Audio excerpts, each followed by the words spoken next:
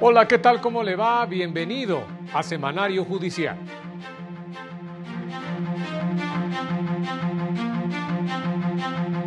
Se apegan a la Constitución disposiciones de Querétaro que permiten reducir el abasto de agua al mínimo ante la falta de pago, determinó la Suprema Corte.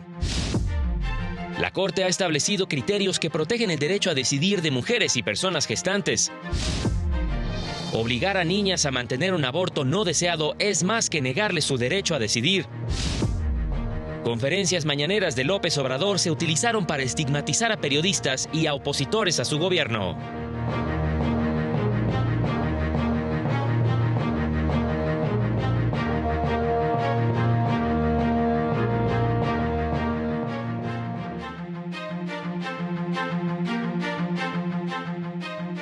Hola, ¿qué tal? ¿Cómo le va? Qué gusto saludarle. Muchas gracias por estar con nosotros. Bienvenido, bienvenida a la información jurídica más importante. Soy Óscar González.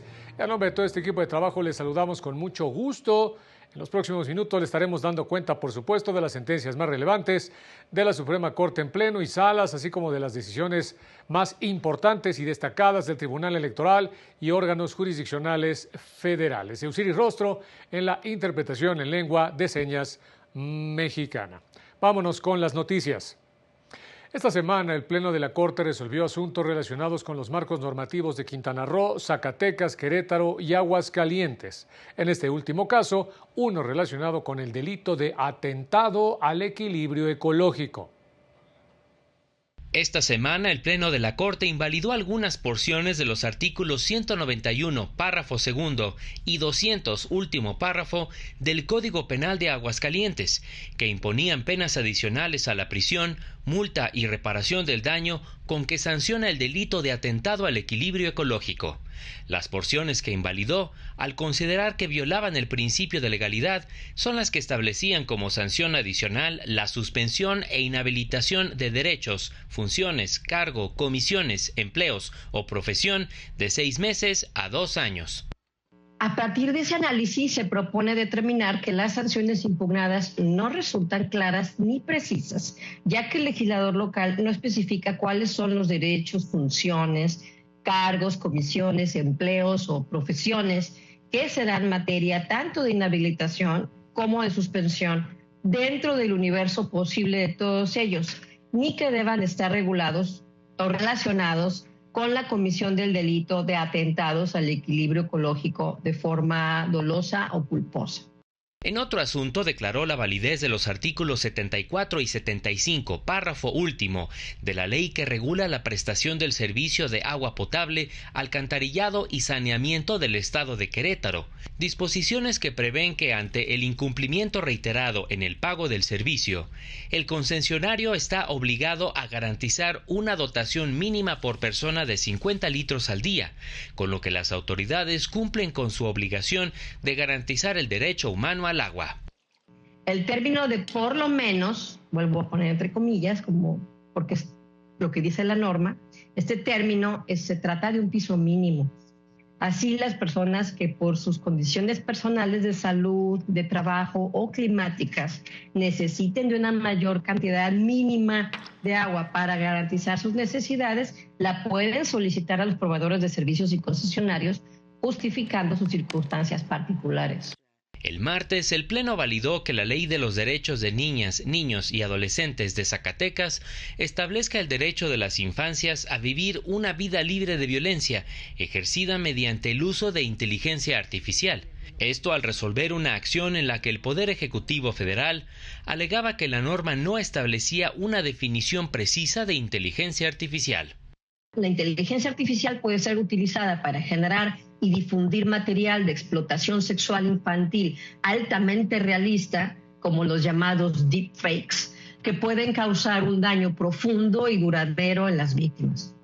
Y por otro lado, la inteligencia artificial puede ser empleada por delincuentes para manipular y engañar niños, niñas y adolescentes, facilitando su victimización.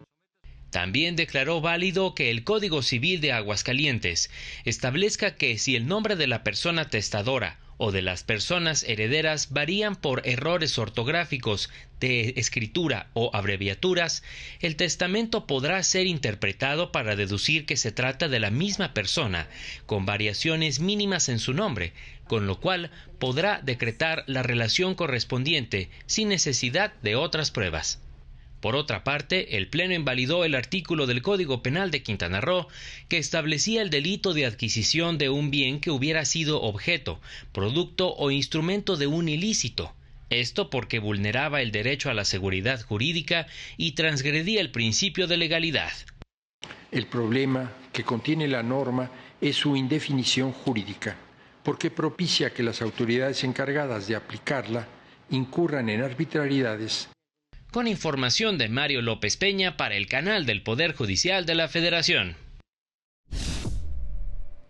La primera sala de la Corte determinó el artículo 84 ter de la Ley Federal de Armas de Fuego y Explosivos, que aumenta hasta en una mitad la pena impuesta a los responsables cuando los delitos son cometidos por personas pertenecientes o que pertenecieron a las Fuerzas Armadas.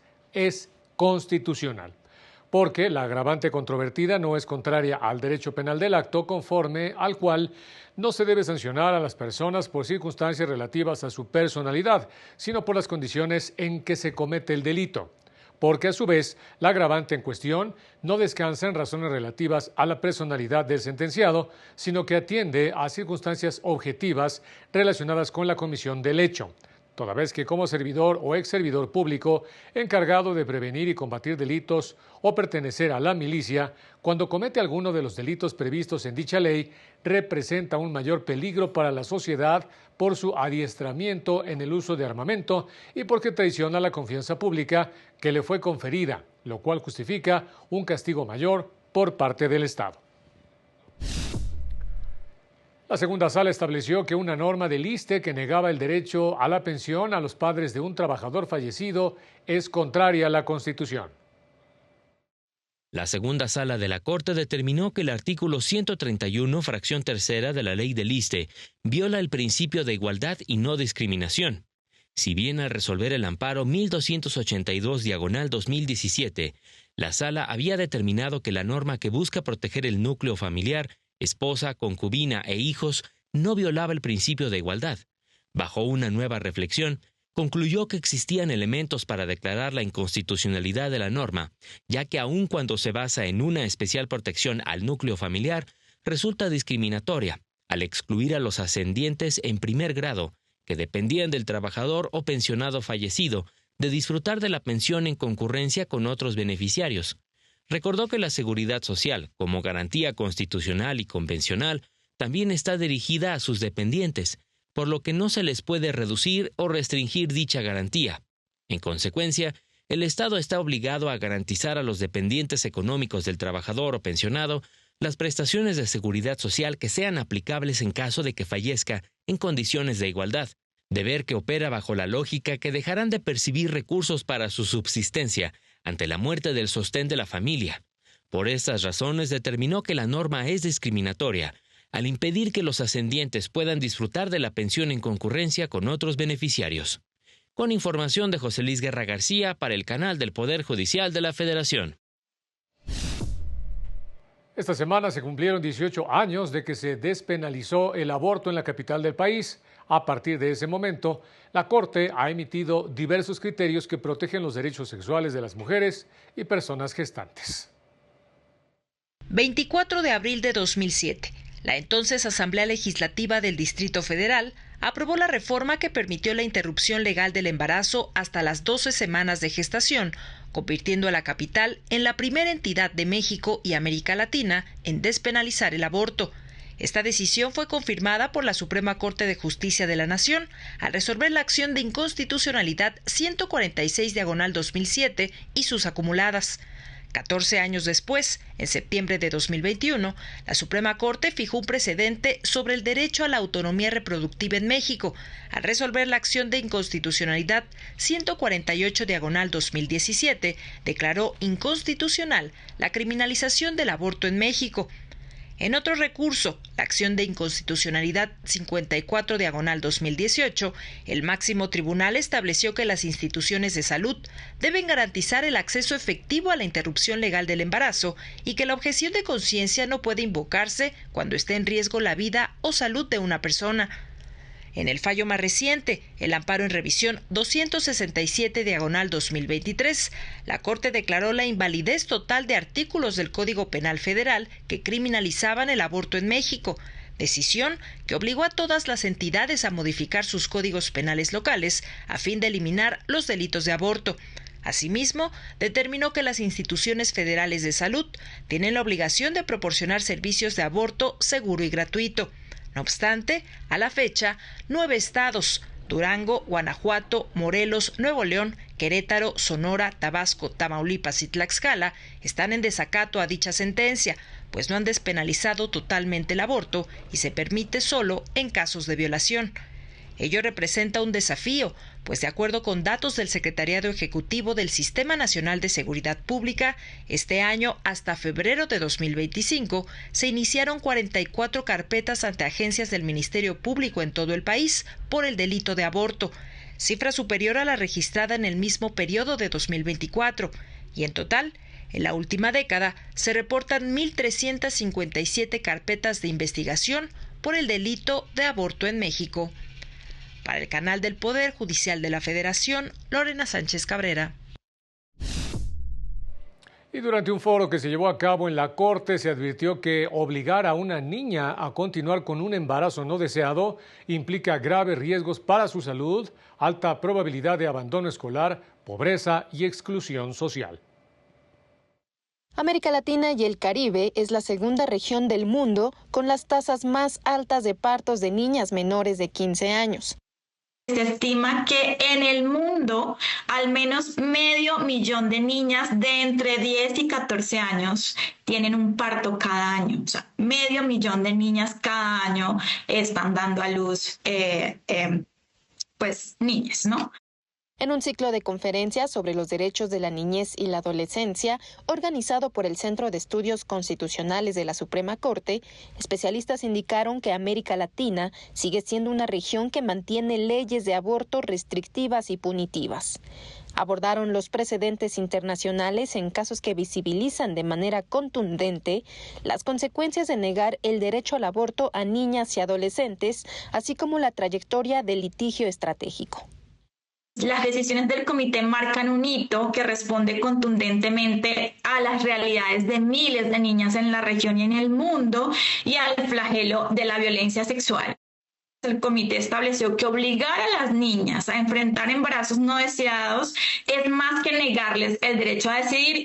En el caso de México, recordaron que la Suprema Corte de Justicia de la Nación, como criterio jurisprudencial obligatorio, ha determinado que el aborto no puede estar criminalizado y ha llamado a los estados a que ajusten sus sistemas penales internos. Hasta ahora, no todas las entidades han adaptado sus normativas. Para el canal del Poder Judicial de la Federación, Laura Murillo. Estamos en Semanario Judicial, vámonos rápidamente a unos mensajes y volvemos con más. Al regresar, organizaciones civiles están facultadas para impugnar la omisión del Congreso de expedir el registro de personas migrantes detenidas.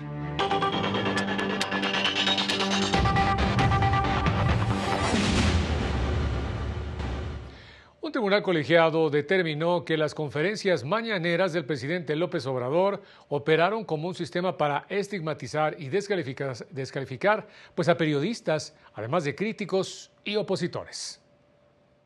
El 20º Tribunal Colegiado en Materia Administrativa del Primer Circuito determinó que la orden verbal del titular del Ejecutivo Federal en la pasada administración de crear la sección ¿Quiénes quieren las mentiras de la semana?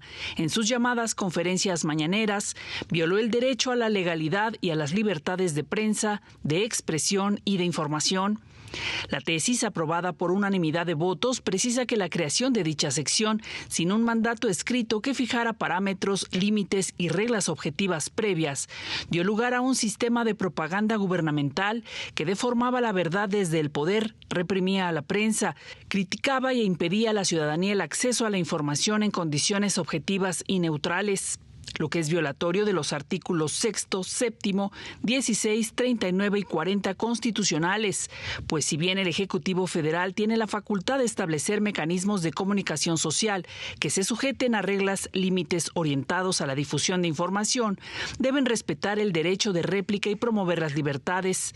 Precisó que la orden verbal de crear dicha sección sin límites y reglas específicas vulneró los derechos humanos del periodista afectado conforme al informe anual de la CIDH de 2022, pues dicho espacio de comunicación operó como instrumento de estigmatización, utilizando recursos públicos para desacreditar y señalar de manera unilateral a personas críticos como mentirosos, atribuyéndose de facto la facultad de definir la verdad o la mentira desde el poder político, lo que es contrario a las libertades de pensamiento, de expresión y de prensa. Además, utilizó fondos públicos con la apariencia de brindar transparencia, pero en realidad se trató de campañas de desinformación, propaganda oficial, juicios mediáticos de desprestigio, exposición de datos personales y ataques a la vida privada y al honor de ciudadanos y periodistas considerados opositores al gobierno. Hechos que propiciaron la censura indirecta, la polarización social y erosionaron los pilares de la democracia al pretender imponer una versión deformada de la verdad de carácter oficial. Con información de José Luis Guerra García para el canal del Poder Judicial de la Federación. El Instituto Federal de la Defensoría Pública lamentó el fallecimiento de una mujer de nacionalidad colombiana privada de la libertad en el Centro Federal de Readaptación Social Femenil 16, ubicado en Coatlán del Río, Morelos. Con este caso suman 3 decesos al interior del penal en lo que va de la actual administración federal y 23 fallecimientos en total desde 2021. Ante esta situación exige la implementación de medidas integrales para evitar más muertes al interior del penal, entre ellas la creación de una mesa técnica de colaboración interinstitucional para atender de forma integral y conjunta acciones relacionadas con las condiciones de las mujeres privadas de la libertad. Durante la presentación de una obra se demandó que la llamada justicia en línea vaya más allá de la digitalización de expedientes. El uso de la tecnología en los tribunales y juzgados debe ser para mejorar el derecho de acceso a la justicia a partir de las necesidades de las personas. Así lo aseguró la cofundadora del Centro de Innovación para el Acceso a la Justicia, Laura Márquez Martínez, durante la presentación virtual del cuaderno de investigación Análisis de e-Justicia en el Consejo de la Judicatura Federal. ¿Cuál es el reto? Empezar a entender que para crear una tecnología que realmente cumpla con su objetivo, la idea es entender las necesidades de las personas usuarias y utilizar todos los insumos que ya se tienen para resolver esas necesidades en los términos que se requieran. Explicó que en nuestro país y prácticamente en todo el mundo existe una desarticulación entre los 3 componentes que se analizan en la obra: el normativo, el tecnológico y el organizacional. Lo ideal sería que corrieran de manera conjunta, es decir, que la normatividad apoyara a la tecnología y que la tecnología apoyara a lo organizacional y viceversa, que fuera un círculo virtuoso. La realidad es que, como vamos a ver y como está pasando en todo el mundo, en realidad pareciera que son como 3 componentes totalmente distintos. Aseguró que la e-justicia no debe ser solo la digitalización de expedientes. Porque los procesos digitales como los tenemos al día de hoy no estaban pensados para ser procesos digitales, sino que son procesos pensados como procesos físicos que nacen en un expediente que se cose, que tiene muchas páginas, que se folea, que confiamos por ese sello, por ese folio, que se archiva, ¿no? Todo en físico, y que luego decimos, bueno, hay que hacerlo digital, entonces lo escaneamos todo y lo ponemos en un expediente digital y no es así. De ahí la importancia, dijo, de replantear los procesos para que el uso de la tecnología en realidad ayude a mejorar el derecho de acceso a la justicia. Para el canal del Poder Judicial de la Federación, Juan Carlos González. El segundo tribunal colegiado en materia administrativa del segundo circuito determinó que cuando las faltas administrativas analizadas en el procedimiento sancionador respectivo constituyen agresiones sexuales contra una mujer, el deber de juzgar con perspectiva de género exige otorgar un valor fundamental a su declaración. Recordó que la mencionada perspectiva, en su estándar probatorio, atiende a las asimetrías o desventajas en las que se encuentra la mujer que ha sido víctima de agresión sexual y, sobre todo, a la dificultad de probarlas. Recordó que no dar valor probatorio a las declaraciones de la víctima provocaría que quedara precisamente en su mayoría impunes. Precisó que si en la materia penal no solo es admisible, sino obligatorio darle un valor fundamental a la declaración de la víctima de un delito sexual, con mayor razón es admisible y exigible en el derecho administrativo sancionador, cuyo estándar de prueba debe ajustarse a la propia materia, el cual es menos riguroso. Un juzgado de distrito concedió un amparo a una comunidad en Yucatán para que las autoridades subsanaran la omisión en que incurrieron con el fin de preservar el ecosistema que permita la subsistencia de las abejas. La deforestación y el uso de plaguicidas en la península de Yucatán ha derivado en la muerte y la alteración en la reproducción de abejas meliponas. Frente a esta problemática, personas defensoras de derechos humanos de origen maya recurrieron a la justicia federal y argumentaron que autoridades federales y estatales habían permitido la muerte masiva de abejas, lo que vulneraba el derecho a la naturaleza y los derechos colectivos de los pueblos mayas. En la sentencia de amparo 652-2023, concedida por el Juzgado Cuarto de Distrito del Centro Auxiliar de la Quinta Región, con residencia en Culiacán, Sinaloa, se determinó que las autoridades habían sido omisas, por lo que debían tomar las medidas necesarias para evitar o mitigar el riesgo al medio ambiente en el que habitan las abejas. Con esta decisión, el Poder Judicial protegió a las abejas por su importancia biológica en el mantenimiento de los ecosistemas y el legado de los pueblos mayas, ya que en la península de Yucatán se produce casi el 40% de la miel en México. Este amparo fue presentado en el marco del Día Mundial de las Abejas y representa una decisión trascendental al reconocer el valor y la importancia de las abejas para la biodiversidad, la apicultura y la producción de alimentos. Para el canal del Poder Judicial de la Federación, Laura Murillo. El Consejo de la Judicatura Federal destacó una tesis relevante del 19º Tribunal Colegiado en materia administrativa del primer circuito, el cual determinó que las asociaciones civiles que defienden a migrantes sí cuentan con interés legítimo para reclamar la omisión legislativa de crear un registro de personas migrantes detenidas. Lo anterior luego de que un juzgado de distrito les concediera el amparo por dicha omisión, una decisión que fue recurrida por las autoridades vía revisión ante un tribunal colegiado que confirmó que la asociación civil sí tiene interés legítimo para reclamar la omisión en atención del derecho de acceso a la justicia y su relación con otros derechos. Justificó que en el amparo en revisión 265/2020, la primera sala de la Suprema Corte sostuvo que el derecho de acceso a la justicia es de contenido complejo y multifacético, es decir, comprende posiciones de ejercicio individual de acceso, de debido proceso y de eficacia de las resoluciones. Sin embargo, también es un derecho con una dimensión procedimental, como vertiente colectiva, que además se puede concebir como un bien constitucional público. En el semanario judicial de esta semana se publicaron 39 criterios de diversos órganos jurisdiccionales federales. En esta ocasión no se difundieron criterios del Pleno ni de las salas de la Suprema Corte. De plenos regionales se divulgaron 12 criterios, de los cuales 10 son jurisprudencias y 2 tesis aisladas, entre las que destacan una de rubro, responsabilidad solidaria en materia laboral. No se actualiza entre el Seguro Social y el particular con el que celebra un contrato de prestación de servicios de guardería. Una más de rubro, criterios aislados emitidos por la Suprema Corte en medios de control constitucional distintos, metodología a seguir por las personas juzgadoras para decidir en cuál apoyarse. Carga de la prueba en materia laboral corresponde al patrón cuando se reclama un descuento por concepto de ajustes varios por un monto similar al del ISR. de tribunales colegiados se publicaron 27 criterios, 3 jurisprudencias y 24 tesis aisladas sobre temas relacionados con aviso de inscripción ante el Seguro Social, incapacidad permanente total o parcial y audiencias en el sistema penal acusatorio. Su celebración a través de videoconferencia no viola el principio de publicidad. Esta semana el Tribunal Electoral resolvió asuntos relacionados con los comicios judiciales federal y local en Quintana Roo.